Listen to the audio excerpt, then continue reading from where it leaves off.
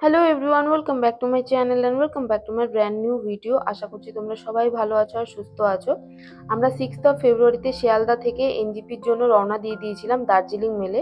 এটা 10টা 5 মিনিটে ছাড়ে আর আমরা সকাল সকাল নেক্সট দিন পৌঁছে গেছিলাম 8টা নাগাদ এনজিপি স্টেশনে। ওখানে নেমেই আমরা যেহেতু দার্জিলিং যাব, ওখানে নেমেই আমরা ক্যাব বুক করে নিয়েছিলাম 1500 টাকা দিয়ে। তারপর আমরা রওনা দিয়ে দিই দার্জিলিংয়ের জন্য। আর যত আমরা হাই অল্টিটিউডে উঠছিলাম তত ওয়েদার খারাপ হচ্ছিল, যেহেতু এত ঠান্ডা ছিল আর পুরো কুয়াশায় ঢাকা ছিল। আর আমরা 3 ঘন্টার মধ্যে পৌঁছে গেছিলাম দার্জিলিং। তারপরে আমাদের ওমেগা রেসিডেন্সিতে আমাদের হোটেল বুকিং ছিল, তো আমরা সেখানে চেক ইন করি। আর এটা ছিল হচ্ছে ওয়াশরুম, ঢুকেই একটা ওয়াশরুম ছিল, বেশ পরিষ্কার। আর এখানে সবসময় গিজারের ব্যবস্থা তো আছেই, গরম জলের ব্যবস্থা, ঠান্ডা জলের ব্যবস্থা। আর রুম বেশ পরিষ্কার ছিল, কোনো অসুবিধে হয়নি। আর আমাদের যে রুমটা পেয়েছিলাম আমরা প্রথম দিন, সেটা ছিল হচ্ছে সিটি ভিউ। আমাদের পরের দিন আবার মাউন্টেন ভিউয়ের জন্য আলাদা রুম দেওয়া হবে। এখানে একটা আয়না, টি টেবিল, জামা কাপড় রাখার সব কিছু ফেসিলিটি আছে। রুমটা বেশ ভালো বড় ছিল। আমরা ফ্রেশ হয়ে হোটেল থেকে খাওয়া দাওয়া করে বেরিয়ে গেছিলাম আমরা একটু এক্সপ্লোর করার জন্য। আর আমাদের হোটেলের পাশেই ছিল মসজিদ, বেশ ভালো লাগছিল দেখতে। কুয়াশা আর একটু হালকা হালকা রোদ উঠেছিল, বাট খুব ঠান্ডা ছিল। আমাদের হোটেল থেকে মল রোড 2 থেকে 3 মিনিট ওয়াকিং ডিস্টেন্স।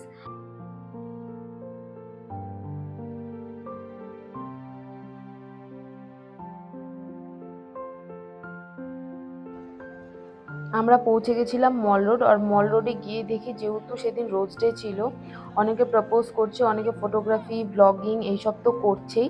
তো আমরা চারিদিকটা ঘুরে দেখছিলাম। আর যেহেতু আশেপাশে অনেক বসার জায়গা আছে, সেখানে বসে তোমরা চা এনজয় করতে পারো। তো আমরাও মিল্ক টি নিয়েছিলাম, লেমন হানি টি এইসব পাওয়া যায়, বাট আমি সবাইকে বলবো মিল্ক টিটা অ্যাভয়েড করতে, ওদের মিল্ক টিটা সেরকম ভালো হয় না, বাট কিছু কিছু জায়গায় ভালো।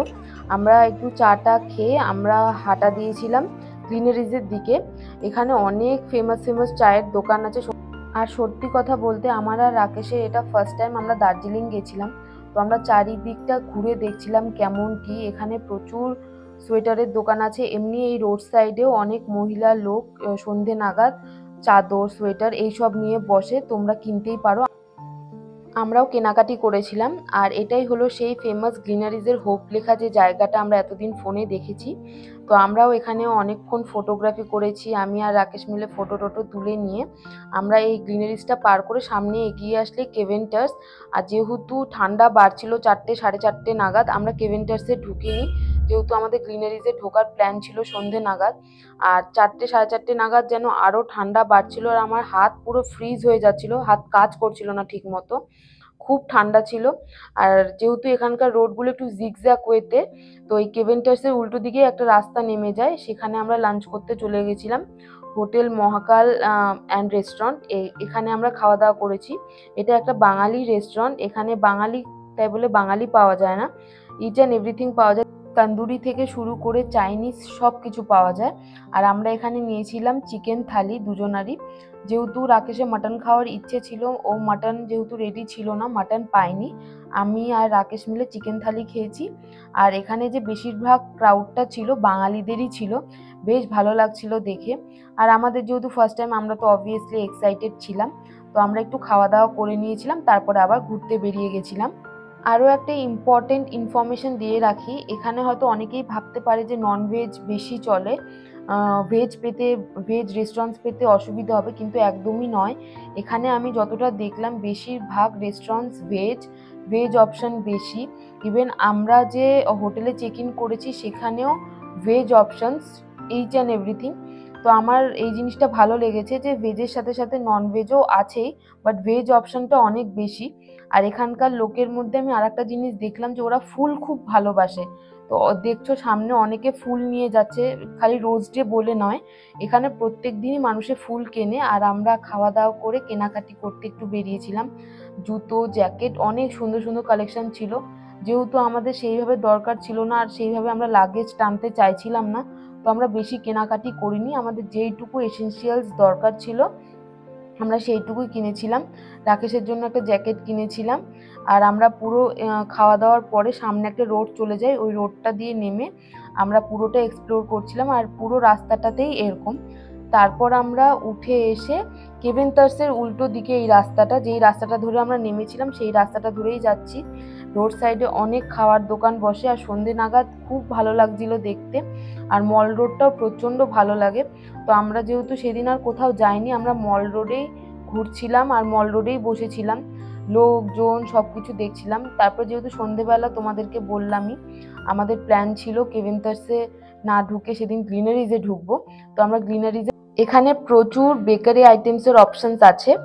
এদের 3টে সেগমেন্টে ডিভাইড করে দেওয়া আছে। একটা হচ্ছে বার সেগমেন্ট, একটা হচ্ছে বেকারি আর পুরো স্ন্যাক আইটেম জাতীয় সব জিনিস পাওয়া যায়, আর একটা হচ্ছে ওপরে যেখানে main course each and everything পাওয়া যায়।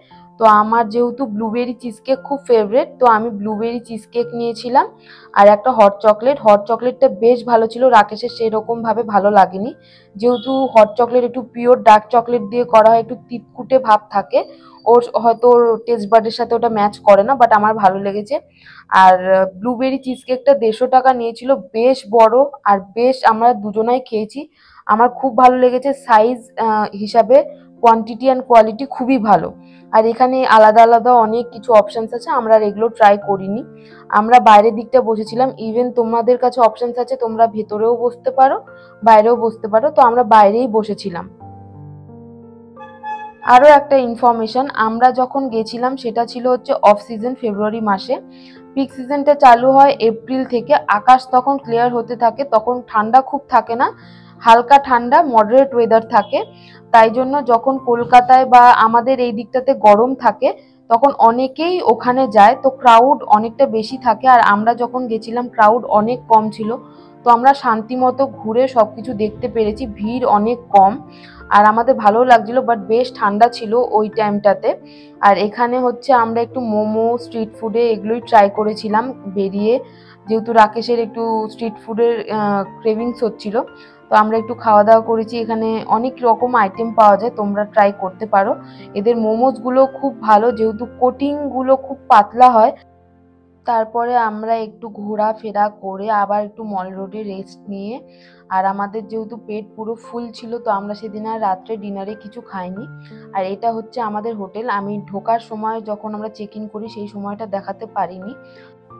তোমরা যদি মনে করো একবার তোমরা এই হোটেলে এসেও থাকতে পারো, এটা একদম কাছেই মল রোডের। আর আমার খুব ভালো লেগেছে এদের সার্ভিস, এরা এত ওয়েলকামিং, আমার তো খুবই ভালো লেগেছে। আমরা যদি নেক্সট টাইম যাই আবার, আমি ভেবেছি আবার এখানেই থাকবো। আর বেশ পরিষ্কার পরিচ্ছন্ন পুরো হোটেলটাই, আর এদের সার্ভিস খুব ভালো, তো তোমরা একবার ট্রাই করতেই পারো।